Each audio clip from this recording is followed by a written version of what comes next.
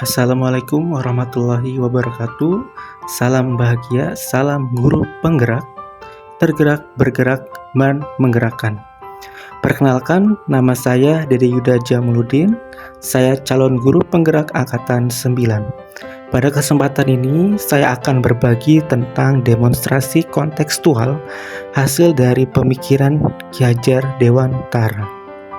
Siapa yang tidak kenal Ki Hajar Dewantara?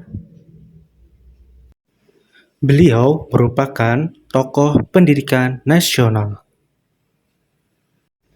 Raden Mas Suwardi Suryaningrat atau lebih dikenal Ki Hajar Dewantara lahir pada tanggal 2 Mei 1889.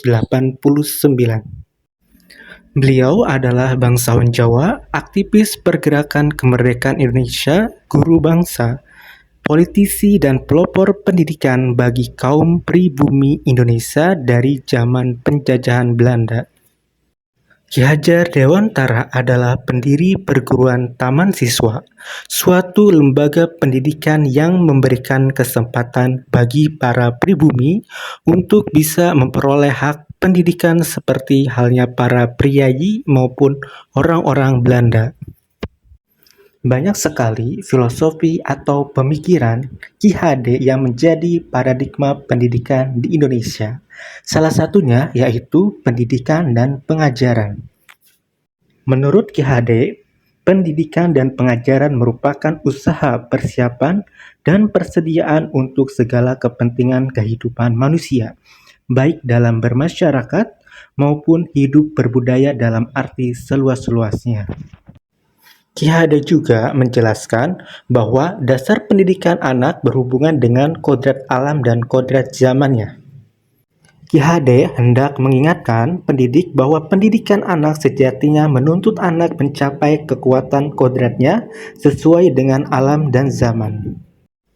Bila melihat dari kodrat zaman, pendidikan saat ini menekankan pada kemampuan anak untuk memiliki keterampilan abad ke-21, sedangkan dalam memaknai kodrat alam, maka konteks lokal sosial budaya murid di Indonesia Barat tentu memiliki karakteristik yang berbeda dengan murid di Indonesia Tengah atau Indonesia Timur. Dari penjelasan Ki HD yang berkaitan dengan pendidikan berpusat pada peserta didik, serta memberikan pendidikan dan pengajaran kepada peserta didik sesuai dengan kodrat mereka masing-masing atau kodrat alam dan kodrat zaman. Maka, saya mengangkat topik yang sedang banyak dibahas, yaitu pembelajaran berdiferensiasi. Pernahkah Bapak Ibu melakukan evaluasi diri seperti bertanya pada diri kita sendiri, apakah kita mengetahui gaya belajar peserta didik kita, atau apakah kita mengetahui minat, tujuan, dan motivator peserta didik, baik di dalam kelas atau sekolah maupun di luar kelas ataupun sekolah? Dari pertanyaan-pertanyaan berikut dapat dijawab jika kita sudah memahami pembelajaran berdiferensiasi. Apa itu pembelajaran berdiferensiasi? Menurut Tomlinson 2001, pembelajaran berdiferensiasi adalah usaha untuk menyesuaikan proses pembelajaran di kelas untuk memenuhi kebutuhan belajar individu setiap murid. Atau dengan kata lain, pembelajaran berdiferensiasi merupakan salah satu strategi yang dapat digunakan guru untuk memenuhi kebutuhan setiap siswa. Kita dapat memetakan kebutuhan belajar murid, diantaranya yaitu: pertama, kesiapan belajar, kapasitas atau kesiapan murid untuk belajar sesuatu. Kedua, minat belajar, suatu keadaan mental yang menghasilkan respon terarah kepada situasi atau objek tertentu yang menyenangkan dan memberi kepuasan. Yang ketiga, profil belajar, pendekatan yang disukai murid untuk belajar yang dipengaruhi oleh gaya belajar, kecerdasan, budaya, dan latar belakang. Terdapat 4 aspek pembelajaran berdiferensiasi. Yang pertama, konten atau materi. Yang kedua, proses atau kegiatan di dalam kelas. Yang ketiga, produk atau hasil akhir pembelajaran. Dan tempat lingkungan belajar. Lingkungan belajar harus disesuaikan dengan kesiapan belajar, minat, dan profil belajar peserta didik. Dalam penerapan pembelajaran berdiferensiasi terdapat tantangan, yaitu penyesuaian kebutuhan belajar peserta didik, sumber daya terbatas, kurikulum terbatas, pengujian dan evaluasi, keterampilan manajemen kelas, dan tantangan psikologis. Tantangan tersebut membuat guru kurang termotivasi untuk menerapkan pembelajaran berdiferensiasi.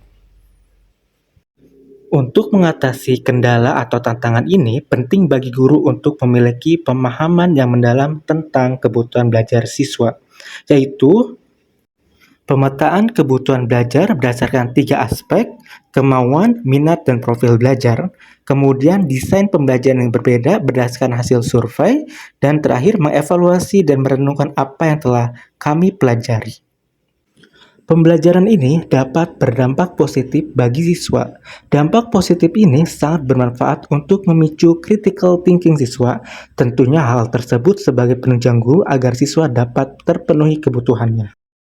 Di sekolah kami sudah menerapkan pembelajaran berdiferensiasi mulai dari pembentukan kelompok yang sesuai dengan kebutuhan dan gaya belajar siswa, sehingga siswa dapat melaksanakan atau mengerjakan tugasnya dengan baik.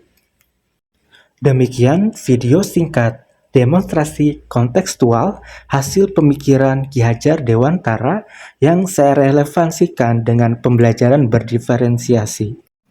Terima kasih, semoga video singkat ini bermanfaat bagi kita sebagai pendidik. Salam bahagia, semangat guru penggerak, tergerak, bergerak, dan menggerakkan.